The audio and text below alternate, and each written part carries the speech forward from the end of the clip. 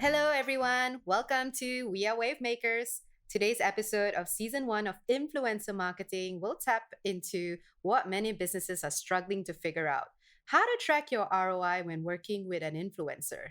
Our discussion today will include Tiffany, Regional Community Associate of ClassPass Singapore, an American based fitness startup company that recently expanded into Asia, launching more than 20 new countries internationally. It is a fitness platform that offers monthly fitness membership with access to thousands of different studios, gyms, and wellness offerings across ClassPass cities.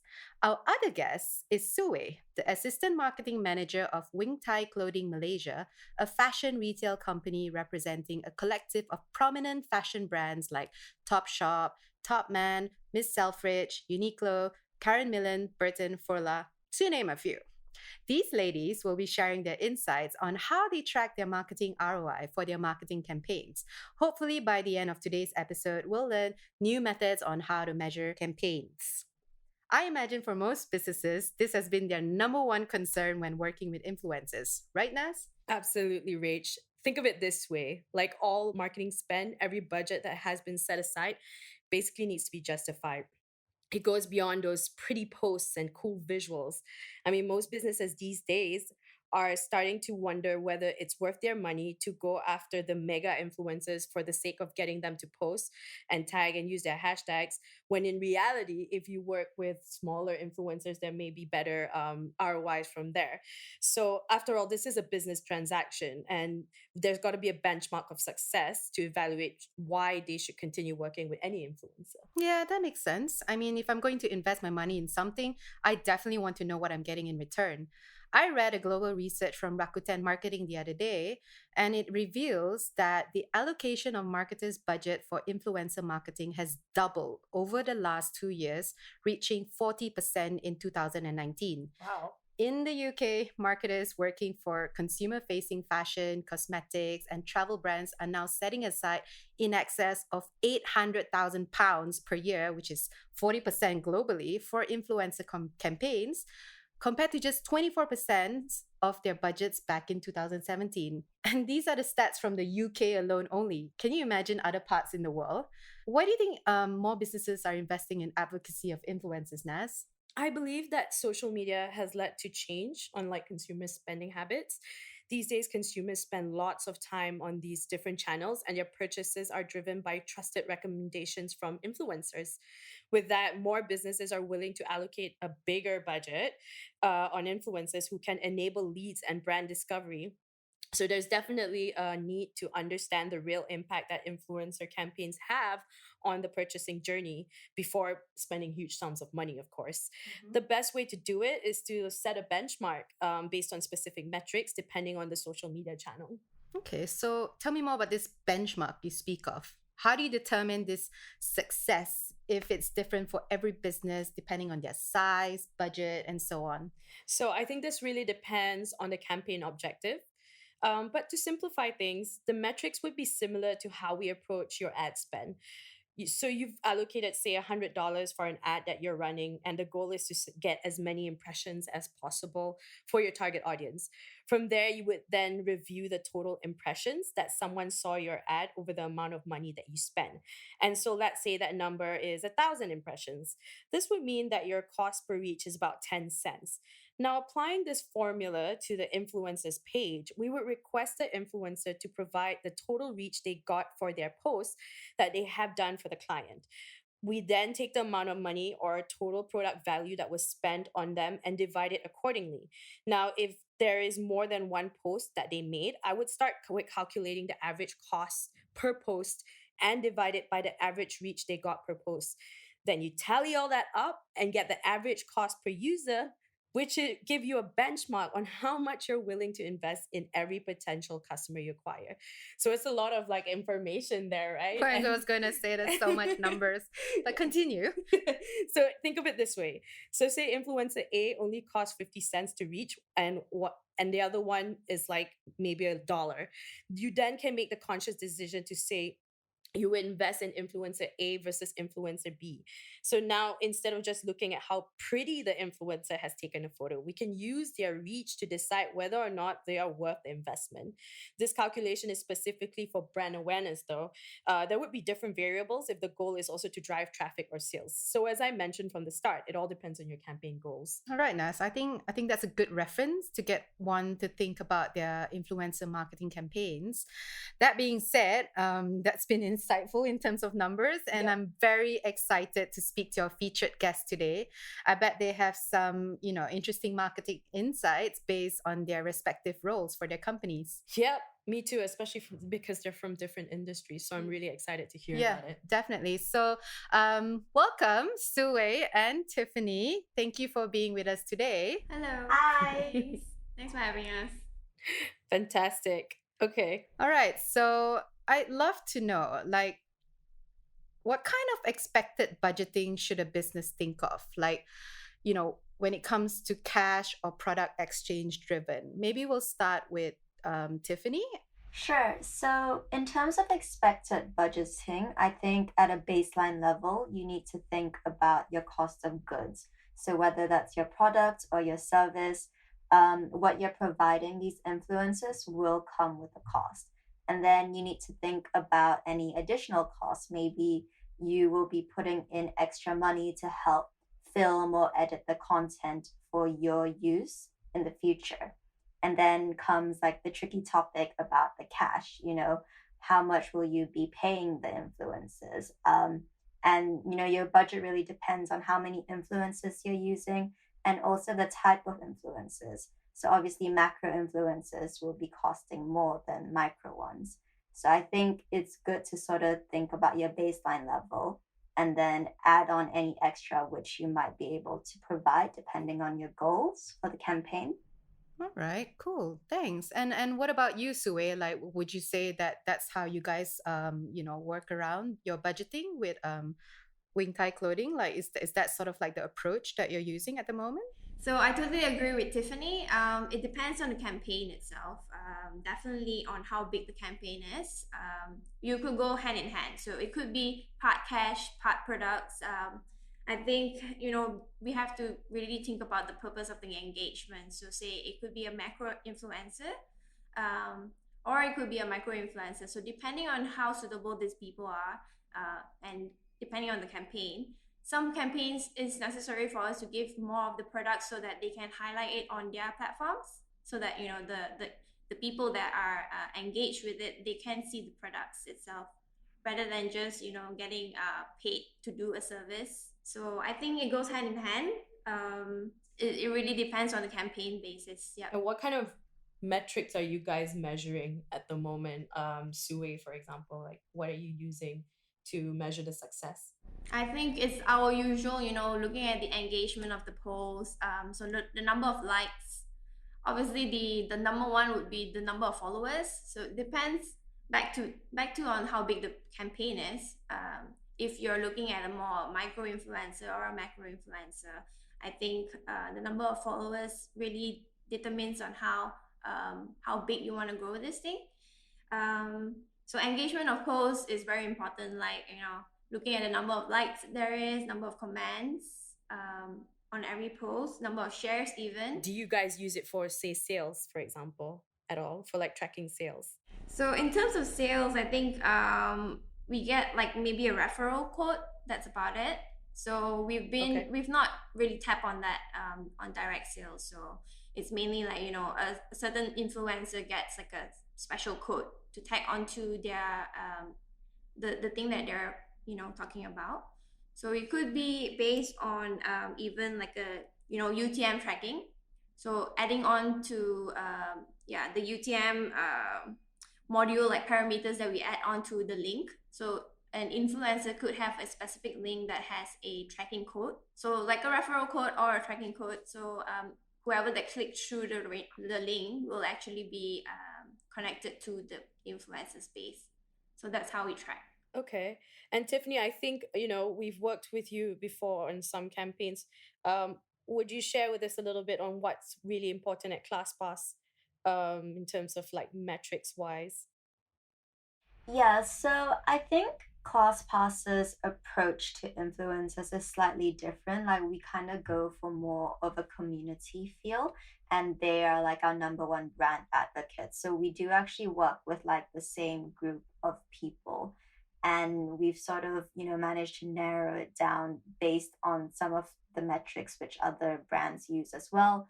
So obviously it's like brand awareness, like lead generation, and we also recently ran a campaign, and it was our first sort of test at like sale, like a conversion campaign. um so in terms of like metrics that we use, it's like we track the whole funnel. So brand awareness, it would be audience reach, like total engagement, like followers, um and as you know, like Nadzirah, like brand mentionings through like social listening tools, like how positive is the sentiment that our brand is being spoken of. And then in terms of lead generation, we think about it in terms of like the amount of traffic that comes to the website. So whether that's like link clicks or like new users through like Google Analytics and like UTM parameters. And then it's quite hard because ClassPass actually doesn't use promo codes. So that's something that we really struggle with, like tracking conversions. So we create like our own landing page, and from there we can track how many people each influencer. That's Okay, awesome. cool. Thanks, ladies. I think you've given like a lot of important metrics that we believe in as well. And so, like, what sort of tools do you use to get these numbers? Are you using any tools? Let's start with Su Wei. So in terms of tools, we're definitely using, the Google Analytics. We got our Facebook to track all these analytics. Apart from that, I think from a business page, we could see how the base is reacting to. So just based on our business pages from Facebook and Instagram. All right, and you don't use any third party like tools? No, for whatsoever? now we just use Google Analytics. All right, cool. And what about you, Tiffany? Like, what are you guys using? Yeah, it's the same. So we used, our usual Instagram social metrics, Google Analytics, and then we use our own internal system to sort of measure like conversions. Okay, great. So onward to the next question then. What serves a better ROI, you would say? Like, let's say between authenticity versus ROI. Are direct sales type of campaigns more successful versus storytelling type of campaigns? So, with influencer marketing, I really believe that authenticity comes first. That's how this whole sort of channel sort of emerge. And as a brand, it's important to be as authentic as you can be. And that includes like aligning yourself with influencers which you think are authentic. So this comes back to the whole sense of us using like our influencers to build a sense of community and keeping to the same group, because they are like primarily our brand advocate. So we want them to be, telling the same story again and again. And through that, like, as a user, you can sort of resonate with that the most. If you see an influencer using the same product like over and over again, it's not like a one-time paid ad sort of I know thing. you mentioned earlier, you were saying you want to use the same group of influencers over and over, but do you see an overtime growth of ROI by working with the same group of influencers when you do that? Is that something that's measuring right now? I think if your plan is to use influencers to measure brand awareness, then it's fine, right? Because whatever new product you bring in or whatever new service, you're still targeting the same people.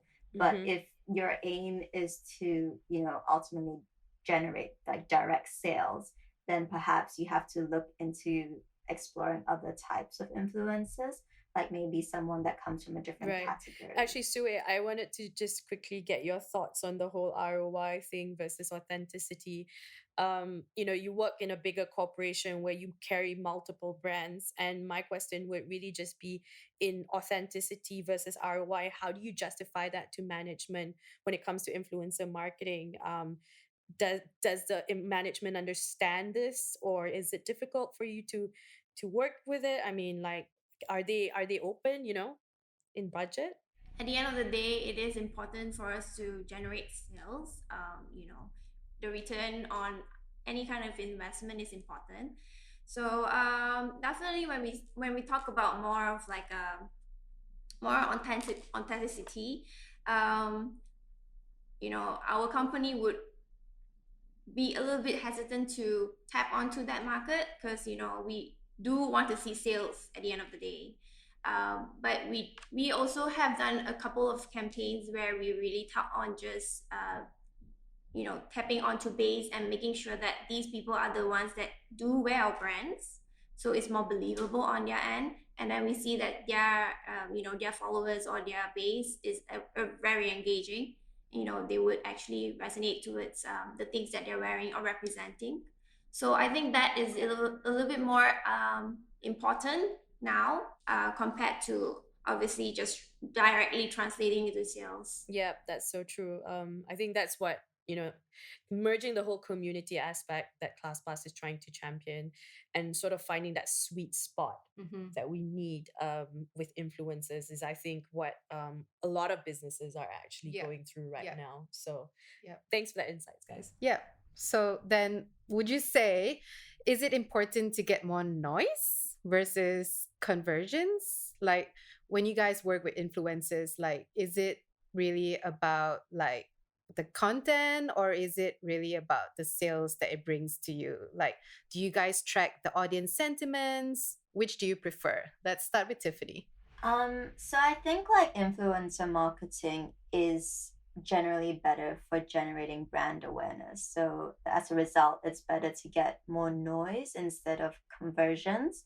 It's like it comes back to the whole case of what brand is, right? It's like brand comes first, but brand translates into like word of mouth, what people feel about it, and things which can often be hard to track. So, I mean, at ClassPass, we prefer to like generate more on noise. So that's like, using social listening tools to seeing like who's mentioning ClassPass, or like looking at the traffic overall to the website. Are we bringing in new users?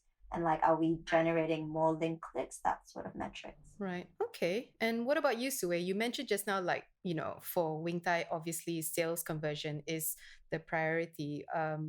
When it comes to working with influencers, like which one is sort of like your preference? I think working with influencers, definitely just generating noise is a little bit more important, because I mean, in terms of conversion, we are not on the e-commerce side yet, so we do not have a direct conversion from like a say a click through from influencer space to our e-commerce. So we don't have a direct translation in that.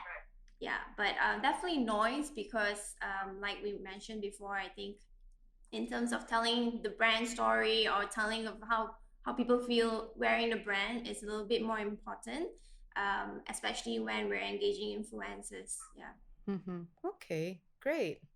So how would you determine a benchmark of ROI based on your marketing goals then? Let's start with Su Wei.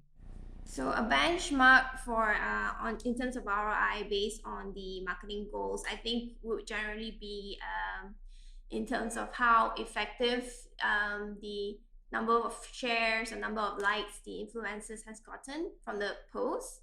So we could even look into Instagram story. So like number of views or number of comments based on the Instagram story. So these are things that we do look into.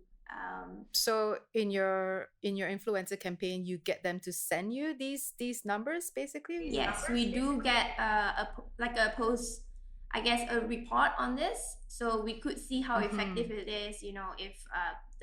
If the base is really engaging, or if we actually need to look into changing our message to the audience. Yeah, so just to manage our expectations in the moving forward. Yeah. So this like reporting template, is that something that you set or the influencers set? Do you sort of give them a guideline? It's usually a guideline sent to them first. So like say we will require a certain amount of posts. It could be a mixture of a permanent post and an Instagram story or a Facebook post, and then we will require the basic stuff like the number of engagement in terms of like the comments, the likes, the shares. Right. Okay, that's interesting. What about you, Tiffany? Do you also work on the same approach? Like, do you give them some sort of a guideline or requirement of some sort? So for us, our ROI is actually kept internally, so we don't share it with the influencers. So, because I guess like our influencer program is quite new, we sort of benchmark it against our digital ads. So, for example, what is, the cost per acquisition for like a digital ad, or what is the cost per impression? And then we sort of gauge what our influencer brings in and compare it to what we would normally pay for ads and see, which one is better. In terms of like sharing it, we don't share it with them just because we want it to sort of be natural. We want it to be what they can bring in naturally as part of like the whole community feel. That's really interesting that you're using kind of like a similar formula to how we are measuring as well, because we're currently working with other partners, brands that we work with, who we also advocate these similar benchmarks where you look at how much you're spending your dollars on advertising, and if it's, again, as I mentioned earlier in the introduction, 50 cents per reach for this influencer, you realize that another influencer can get you less, like can cost you even as low as 10 cents, and you could save a lot of money as a brand if you know which influencer has the best cost per reach and cost per acquisition. So that's what we're doing as well, and it's good to hear that you're doing that, ClassPass. Yeah. All right, ladies, let's go to our final question. And this one is about accountability. Are influencers accountable for the ROI that you set? And how do you keep them accountable? Let's start with Su Wei. Influencers that we have engaged, I wouldn't say that they are, required to be accountable for the ROI that we have set as a brand, because I think it's only fair for us to set a certain requirements for them to fulfill. On the surface. So like, like I said, a minimum amount of posts or a minimum amount of stories, and that's what they could be accountable for. But in terms of the ROI, I think it varies in terms of the campaign and stuff. So I don't think that that's something that we could do right now. Maybe in the future, when we do really want to look into a very long-term engagement, and then we have to set like, what will we be getting in terms of the amount of money that we're spending right now with the certain influencers. Yeah, but for now, they are not accountable in that sense. Yeah, Not fully accountable. I would say flexible in that sense. Okay, that's very kind of you. What about you, Tiffany? Like, how is it like with your influencers? How do are they accountable? How do you keep them on track? Yeah, I agree. I agree with Su Wei. Like, we don't make them fully accountable for our ROIs because that's internal, but they are accountable for the deliverables. So, it's like ensuring that they post on time, in whatever way that we request from them. But I think like, if you do want to sort of make it like stretch it further and make them more accountable, Correct. it comes down to your personal relationship with them and just sharing with them like, hey, this is important to us. Like, can you just like give us an extra boost? And I think that sort of goes a long way, especially like what we've seen at ClassPass. I think so far, working with a lot of influencers from various industries, what we've experienced is a lot of the influencers are more than happy to be held accountable. But I guess as a brand, it's about the expectations.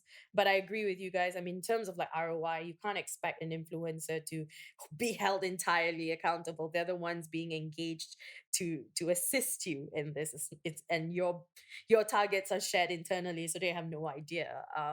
So yeah, I think it's almost like the responsibility of the internal team to select the ones that they believe will build the best relationship with the audience, as well as maybe ROI as well. Yeah, definitely focused on brand awareness, right? At the end. So yeah. Awesome. So I would like to say thank you so much for the insightful session, Tiffany and Su Wei. We trust that our listeners have learned a lot from the both of you today, and from here on, have a better understanding on how to track ROI when working with influencers. So, what do you think about today's convo? Speaking to Su Wei and Tiffany, that was pretty insightful. Yeah, so I think it was really insightful because, for one thing, there's definitely a contrast between the industries as well as the size of each business.